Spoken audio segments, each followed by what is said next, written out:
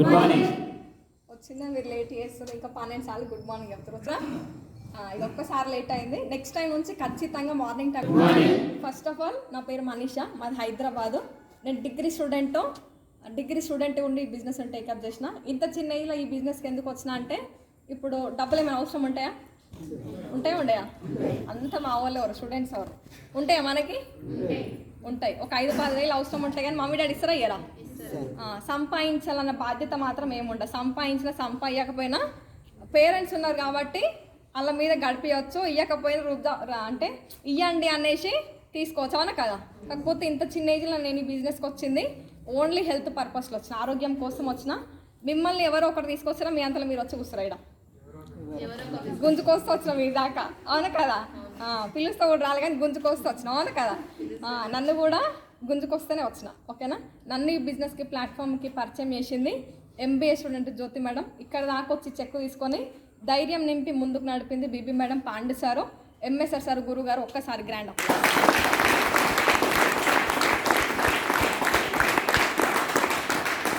అంటే అక్క చెప్పినప్పుడు ఆమె మాకు రిలేటివ్ సిస్టర్ అవుతుంది, ఒకటే విలేజ్. అన్నీ మా సిస్టర్కి ఒక సిస్టర్ లాగా తను గైడెన్స్ ఇస్తుండే జ్యోతక్క. కాకపోతే ఈ బిజినెస్ గురించి చెప్పినప్పుడు నమ్మాలనిపిస్తుందా? నమ్మాలనిపించదు. చూస్తే ఏమున్నాయి, ఇక్కడ సబ్బులు పేస్ట్లు ఉన్నాయి. నేను చేసే డిగ్రీ ఏమన్నా మ్యాచ్ అవుతుందా? 1% కూడా మ్యాచ్ కాదు. చెప్పినప్పుడు నేను ఏమన్నా అంటే, నీ ఇష్టం ఉంటాను నువ్వు చేసుకో అక్క, నన్ను అయితే ఇన్వైట్ చేయక నీకు ఒక దండం తల్లి అని చెప్పి ఒక 8 నెలలు దీన్ని నెగ్లెక్ట్ చేసిన. 8 months, ఎందుకంటే సబ్బుల పేస్ట్ల కంపెనీ లాగా చూసిన కాబట్టి. అట్లా 8 months దీన్ని నేను చూసుకుంటా పోతే అక్క చేసుకుంటా పోయింది. పార్ట్ టైంగా MBA స్టూడెంట్ ఒక 8 నెలలు దీన్ని టేకప్ చేస్తేనే 40,000 వచ్చినాయి ఆమెకి. 40,000 వచ్చినప్పుడు మళ్ళీ చెప్పింది అక్క, 1 రూపీ ఇన్కమ్ లేనప్పుడు నీకు చెప్పిన మనిషా, కాకపోతే నువ్వు వింటలేవురా. ఇప్పుడు నాకు 40,000 వస్తున్నాయి, నీకు 40,000 కూడా అవసరం లేకపోవచ్చు. కానీ మా మమ్మీకి ఏంటంటే చెస్ట్ పెయిన్ ఉంటుంది, హార్ట్ దగ్గర పెయిన్ వస్తుండే. ఒక 1/2 kilometer కూడా మా మమ్మీ నడవదు, దమ్ము వస్తుంది, బాడీ పెయిన్స్ ఉంటుంది. నొప్పులకు గొల్లి టాబ్లెట్ ఉంటుంది కదా, పెయిన్ కిల్లర్. ఆ టాబ్లెట్ లేనిది ఈరోజు నైట్ వేస్తేనే రేపు పొద్దున్న లేచి పని చేస్తాం మా మమ్మీ.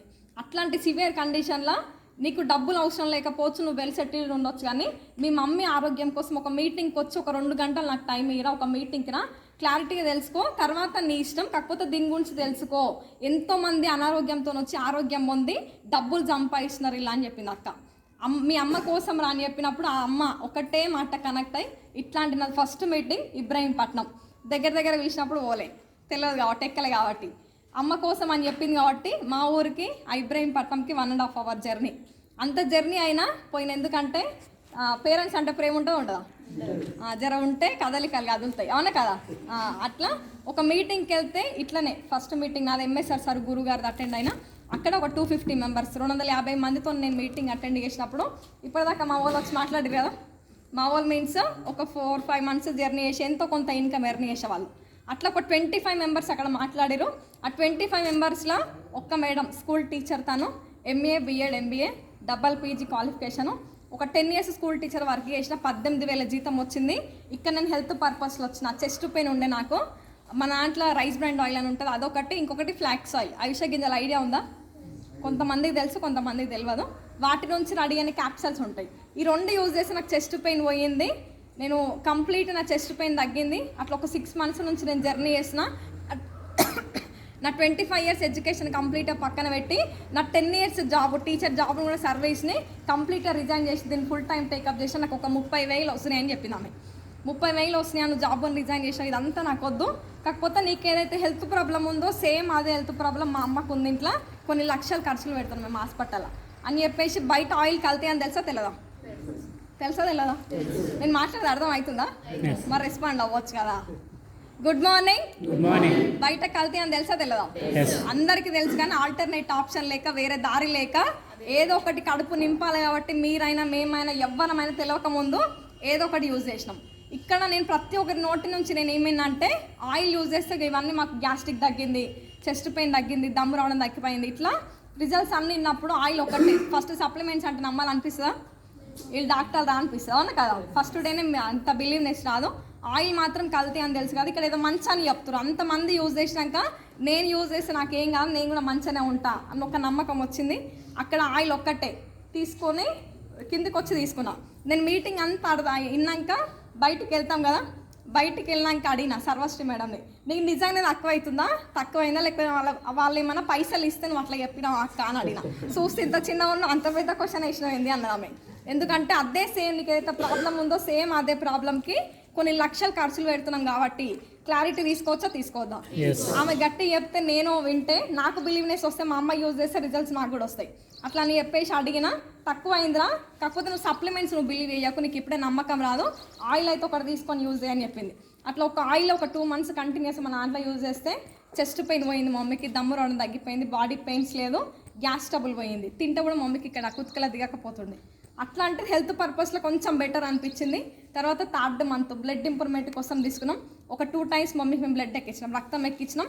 3rd time ఎక్కించే సిచ్యువేషన్ వచ్చినప్పుడు ఇట్లాంటి ఒక 5-6 మీటింగ్స్ అటెండ్ అయ్యి దీని గురించి గూగుల్లో సెర్చ్ చేసి my mentor Pondy sir సజెషన్తో, sir మమ్మీకి ఇది కండిషన్, ఆల్రెడీ మేము 2 times బ్లడ్ ఎక్కించినాం, 3rd time కూడా మళ్ళీ డాక్టర్స్ ఎక్కియమని చెప్తారు, కాకపోతే ఎక్కువసార్లు ఎక్కిస్తే బాడీ అనేది ఇన్ఫెక్షన్ అవుతుంది, తినే ఫుడ్డే మంచిది తీసుకోవాలని చెప్పారు.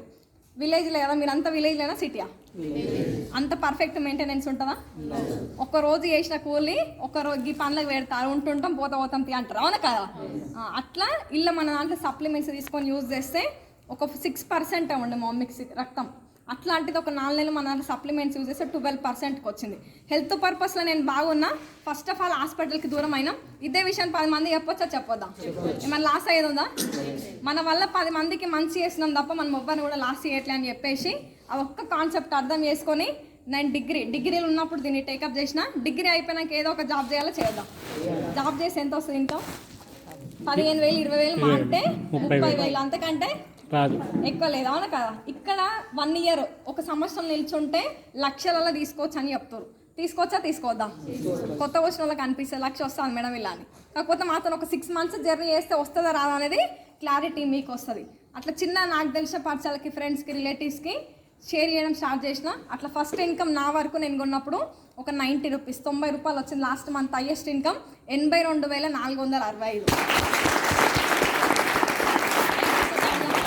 ఇంత చిన్న ఏజ్లో బయట 82,000 ఇచ్చే అవకాశం ఉందా? మనం ఏం చేసినా ఎక్కడ పోయినా అంత అవకాశం లేదు. చాలామంది స్టూడెంట్స్ ఉన్నారు కాబట్టి మనం చదువుకి మనకు వచ్చే జాబ్కి సంబంధం లేదు, అవును కదా? సర్టిఫికేట్లు చాలా ఉన్నాయి కానీ దాని తగ్గట్టు బయట ఏం లేదు. ఇక్కడ అవకాశం ఉంది, ఓకేనా? క్లారిటీగా తీసుకోండి. అంటే ఇది ఒకటే మీటింగ్కి క్లారిటీ రాదు. ఇప్పుడు నేను మీ దగ్గరకు వచ్చి ఒక 10,000 అడుగుతున్నా, మీరు కొత్త వాళ్ళు, నాకు ఏం తెలియదు, ఇస్తారా? ఎక్కడి నుంచి వచ్చిన అడిగే నుంచి ఫస్ట్ అంటారు, అవును కదా? కొట్టి మరీ ఇలా కొడతారు. మీతో నాకు ఒక 1 year 2 years జర్నీ ఉందనుకో, అప్పుడు ఇస్తారా ఇయ్యరా? 10,000 కాదు 1,00,000 రూపాయలు కూడా ఇస్తారు, అవునా కదా? నమ్మకం అట్లాంటిది. కాబట్టి ఒకటే మీటింగ్కి అంత క్లారిటీ రాదు, అంత నమ్మకం రాదు. మాతో ఒక 6 months 4 months మీరు జర్నీ చేస్తే ఇండస్ట్రీ ఏంది, ఓకేనా? క్లారిటీ వస్తుంది. కాబట్టి అప్పుడు టేకప్ చేస్తే చిన్న జర్నీ చేయండి, ఓకేనా? మీరు ఎంత వర్క్ చేస్తారో దాంతో పాటు ఇది కంటిన్యూ చేయండి. ఏది కూడా మీరు చేసే వర్క్ నాపేయండి అని చెప్పట్లేదు. ఇప్పుడు నేను 82,000 తీసుకుంటున్నా, నాకు బయట పోతే నా కెపాసిటీకి ఎంత ఇస్తారు? జాబ్ వస్తా ఫస్ట్ రాదా? అంత ఘోరం కాదు, ఒక 10,000 వస్తుంది, ఒక 10,000 15,000 వస్తుంది, 10-15,000 ఇస్తారు, అవును కదా? కాకపోతే వెస్ట్రీలో ఒక 1.5 year దాదాపు 2 years నా జర్నీ. ఇప్పుడు 82,000 తీసుకుంటున్నా. బయట పోతే నాకే దిక్కులేదు. అట్లాంటిది ఈరోజు నేను 82,000 తీసుకుంటాం. నా అండర్గా ఒక 3,000 నుంచి 3,000 నుంచి 40,000 వరకు సంపాదించేటోళ్ళు 30 మంది ఉన్నారు. 30 members ఇన్కమ్ ఎర్నర్స్ ఉన్నారు. 30 మంది ఇన్కమ్ ఎర్నర్స్ ఉన్నారు. బయట పోతే నాకే దిక్కులేంది. నా వల్ల ఒక 30 మందికి ఇంత చిన్న ఏజ్లో ఒక 30 members ఇన్కమ్ ఎర్నర్స్గా రెడీ చేసిన అంటే ఇంకొక 1 or 2 yearsలా నా నుంచి ఎంతమందికి అవకాశం కలగవచ్చు, అవును కదా? మనం బయట ఏ జాబ్ చేసినా ఏం చేసినా మనమే చేస్తాం. తర్వాత మనకే ఉంటుందా ఊడుతుందో తెలియదు, అవును కదా? పక్క వాళ్ళకి అవకాశం వేయడానికి ఉంటుందా? ఉండదు. కాబట్టి మీరు టేకప్ చేయండి. మీన్స్ ఇప్పుడే వచ్చి మొత్తం ఇలా వేయరు అని చెప్పట్లే, తెలుసుకొని క్లారిటీగా తీసుకొని జర్నీ చేస్తే అర్థమవుతుంది, ఓకేనా? ఇప్పుడు నేను ఇంత చిన్న ఈ బిజినెస్ని పట్టుకొని నాకు సినిమా థియేటర్ కూడా తెలియదు, నిజం చెప్తున్నా. ఈ స్టిల్ నా కూడా నాకు తెలియదు సినిమా థియేటర్. అట్లాంటిది వెస్టేజ్కి వచ్చిన ఫస్ట్ ట్రిప్పు గుంటూరు వెళ్ళిన, కొట్టప్పకొండ, తర్వాత ఢిల్లీ వెళ్ళిన, మైసూర్ వెళ్ళిన 2 times, గోవా వెళ్ళిన. ఈ జర్నీలు చేసిన, ఓకేనా? ఇప్పుడు మనకి ఉంది స్విట్జర్లాండ్, థాయిలాండ్ మళ్ళీ ఉంది. దానికి కూడా వెళ్ళడానికి అవకాశం ఉంది. ఫ్లైట్ ఎక్కే అంత కెపాసిటీ అయితే నాది కాదు, మా ఫ్యామిలీది కాదు, నాది కూడా కాదు. అట్లాంటిది అవకాశం ఉందా లేదా? బిల్డ్ వస్తే తెలుస్తుంది దీని గురించి. ఓకేనా. అట్లా ఇంకొకటి ఏంటంటే ఇంత చిన్న ఏజ్లో ఈ బిజినెస్ ఇంత గట్టిగా స్టాండ్ ఎందుకు తీసుకున్నా అంటే పేరెంట్స్ ఉన్నారా లేరా? మేమేందంటే మా ఇంట్లో ఇద్దరమే కూతులం, కొడుకులు లేరు. మా డాడీకి కొడుకు లేరు అన్న లోటు ఉంటుందా ఉండదా? నీకు ఎన్ని కోట్లు వస్తున్నా నీకు ఏమున్నా కొన్ని సిచ్యువేషన్లలో ఒక కొడుకు ఉంటే నాతో వాడు వచ్చేటోడు అనిపిస్తుంది, అవునా కదా? అట్లా మా ఫాదర్ ఎన్నోసార్లు దాన్ని ఫేస్ చేసిండు. ఆ కొడుకు లేరన్న లోటు నేను తీర్చాలి, నెలకు 1,00,000 రూపాయలు మా డాడీ అకౌంట్ వేయాలి.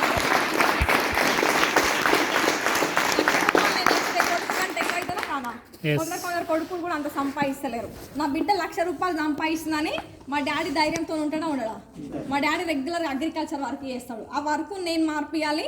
చాలా మంది లీడర్స్ ఉన్నారు కాబట్టి చెప్తున్నా, వస్తలేరు మేడం, వింటలేరు మేడం, అంత నెగిటివ్ వస్తుంది మేడం, ఇది అంతా నాతో అయితలేదు, పోనీ ఈ బిజినెస్ వదిలేయాలి అనిపిస్తుంది, అవునా కదా?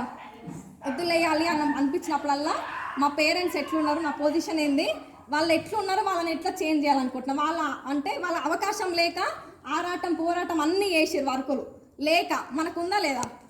ఉన్నప్పుడు దాన్ని యూజ్ చేసుకోవచ్చా, యూజ్ చేసుకోవద్దా? చేసుకొని మీ పేరెంట్స్ ఎట్లున్నారు, మీ పొజిషన్ ఏంది, మీరు ఎక్కడి నుంచి ఎట్టు పోవాలనుకుంటారు కదా ఒక్కటే చూడండి తప్ప ఇంకా వేరేటివి ఏం చూడొద్దు, ఓకేనా? వస్తలేరు అంటే వాళ్ళని చూడకండి, మీ పేరెంట్స్ ఏంది చూసుకోండి, ఓకేనా? ఇంత స్టాండ్ తీసుకున్నా అంటే మా పేరెంట్స్ ఏం చేస్తున్నా అని చూసుకున్నా. ఎండ కొట్టినా వాన కొట్టినా ఏం కొట్టినా వాళ్ళు చేసే వర్క్ ఆపుతారా? ఏది కూడా ఆపరు, అవునా కదా? అంతకంటే మనం ఇక్కడ ఏం చేస్తలేం కదా. ఇప్పుడు ఆ వాన కొట్టింది, మమ్మీ వాళ్ళు పోయి అగ్రికల్చర్ పొలంలో వర్క్ చేస్తారు, వాన గడుస్తారు, ఎండకి ఎండుతారు, అవునా కదా? ఇప్పుడు నేను ఎండకి ఎండుతురు, అయినా ఎండ కొట్టినా వాన కొట్టినా ఇక్కడ వచ్చా కూర్చుంటారు కదా. మనకు 1% కూడా ఎఫెక్ట్ అనేది తెలుస్తలేదు. అంతకంటే హార్డ్ వర్క్ ఏం చేస్తారు చెప్పండి? ఏం చేస్తలేరు కదా. వాళ్ళని దృష్టిలో పెట్టుకొని వర్క్ చేయండి, ఓకేనా? చాలామంది స్టూడెంట్స్ ఉన్నారు కదా, గట్టిగా పట్టుకోండి, వదలకండి. కాకపోతే రాగానే ఎంబడే టీములు రావు, వస్తలేవని డిసప్పాయింట్ అవ్వద్దు. స్టాండ్ తీసుకోండి. స్టాండ్ తీసుకుంటే దేవుడు, అందరు పెద్దవాళ్ళు చెప్తారు సంవత్సరంలో 1,00,000 తీసుకోవచ్చు వెస్ట్ ఇలాని. సంవత్సరంలో తీసుకోవాలి, మనకు అంత సర్కిల్ లేదు, అంత బ్యాక్గ్రౌండ్ లేదు, స్కిల్స్ లేవు, ఏమి లేవు, నాకు ఎవ్వరు తెలియదు. సంవత్సరంలో తీసుకోవాలి. 2 నెలలకు తీసుకుంటే మన లాస్ ఉందా? 2 నెలలకు కూడా తీసుకోవాలి. ఒక 3 ఏళ్ళకి తీసుకుంటే లాస్ ఉందా? బయట ఎన్ని ఏళ్ళు చేసినా గవ్వే 20-30 వేలు. ఈడ ఒక 3 ఏళ్ళు నువ్వు గట్టిగా స్టాండ్ తీసుకుంటే 1,00,000 రూపాయలు వస్తారు కదా. 100కి 1000% 1,00,000 వస్తుంది, ఓకేనా? ఎంతో మంది ఆల్రెడీ ప్రూవ్ చేసిన వాళ్ళు ఉన్నారు. ఈరోజు నన్ను జాయిన్ చేసినాక MBA student, only 2.5 years journey అక్కది. 1 రూపీ ఇన్కమ్ లేనప్పుడు చెప్తే మనం ఇన్లే డిగ్రీ చేస్తున్నాం కదా, మనమే తోపులం అనుకున్నాం అప్పుడు. కాకపోతే మీటింగ్కి వస్తే సబ్ల పేస్ట్ల కంపెనీ కాదు, కొన్ని లక్షల కోట్ల ఇన్కమ్ ఉంది వాటి వెనకాలని అర్థమైంది. వీటికి వస్తే ఇంటికాడ కూర్చుంటే అర్థమవుతుందా?